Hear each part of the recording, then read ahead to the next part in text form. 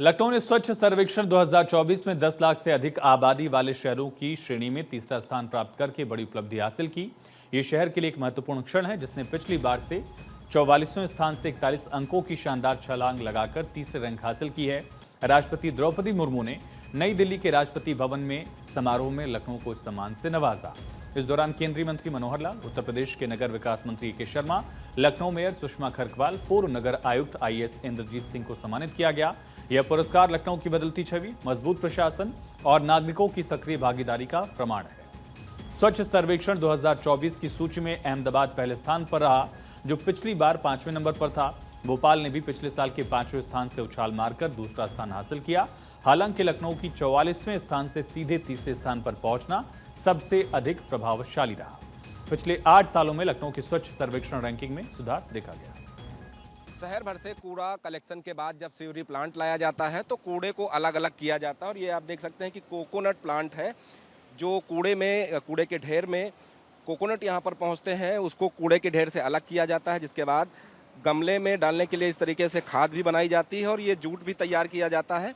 और इसी जूट से जो है तमाम तरीके की रस्सियाँ बनाकर भेजी जाती हैं। तो अपने आप में शहर को साफ करने के साथ साथ कूड़े को कैसे अलग करना है, उसको लेकर भी अत्याधुनिक तकनीक का इस्तेमाल नगर निगम लखनऊ के द्वारा किया जाता है। और जो कर्मचारी हैं वो बेहद ही मेहनत और लगन के साथ यहाँ पर रहते हैं, ताकि जो शहर भर की गंदगी यहाँ पर पहुँचती है, कूड़ा करकट पहुँचता है, उसको अलग करते हैं। और अलग करने के साथ साथ ज़रूरत के अनुसार जो चीज़ें निकलती हैं, जैसे कोकोनट की अगर हम बात करें तो ये गद्दा बनाने में भी इसका इस्तेमाल होता है, रस्सी बनाने में इस्तेमाल होता है। उसके अलावा जो लोग अपने घरों में, ऑफिसों में गमले लगाते हैं, उन गमलों में भी इसका इस्तेमाल होता है। तो ये आप देख सकते हैं कि पहले कूड़े की ढेर से इस तरीके से कोकोनट अलग किए जाते हैं। उसके बाद इनको फिल्टर करने के साथ साथ रस्सियाँ और अन्य तमाम चीज़ें जो हैं वो यहाँ पर बनाई जाती हैं। तो बताता है कि उत्तर प्रदेश सरकार किस तरीके से वेस्ट मैनेजमेंट को लेकर जो है चिंतित रहती है।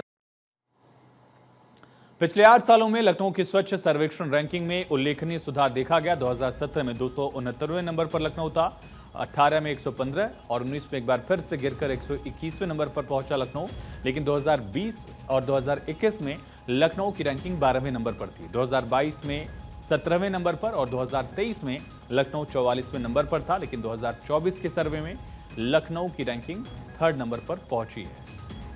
भूमि ग्रीन जब आई तो उन्होंने यहाँ पे पहली यूनिट लगाई। पहली यूनिट में फिर लगाने के बाद प्रोसेस स्टार्ट किया, उसके बाद में सेकेंड यूनिट लगी। तो उसमें क्या है कि एक यूनिट में इन्होंने 2 लाइन्स बना रखी है, जिसमें से एक लाइन में 1000 पर मैट्रिक टन इन्होंने प्रोसेस करते हैं। इसलिए एक पूरे यूनिट में 2 लाइनें हैं तो 2000 यूनिट एक लाइन में, और दूसरे यूनिट में भी इन्होंने 2000, यानी कि टोटल एक दिन में टोटल 4000 मैट्रिक टन इन्होंने प्रोसेस करना शुरू किया। तब से लेके आज तक की डेट में इन्होंने लमसम 13.5 लाख मैट्रिक टन पूरा कूड़ा को प्रोसेस किया, निस्तारण किया यहाँ पे। उसके पहले पूरी डंप हो गई। लखनऊ की सफलता का श्रेय नगर निगम की कड़ी मेहनत, जन भागीदारी को जाता है। पिछले 1 साल में नगर आयुक्त और उनकी टीम ने कूड़ा प्रबंधन, वार्डों में नियमित सफाई, जागरूकता अभियान, डिजिटल निगरानी जैसे कई अहम कदम उठाए।